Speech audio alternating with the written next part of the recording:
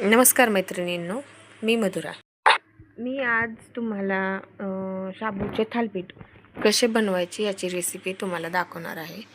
म्हणजे काय होतं आहे, शाबू वडा केला तर म्हणजे जास्त तेलकट ते होतो.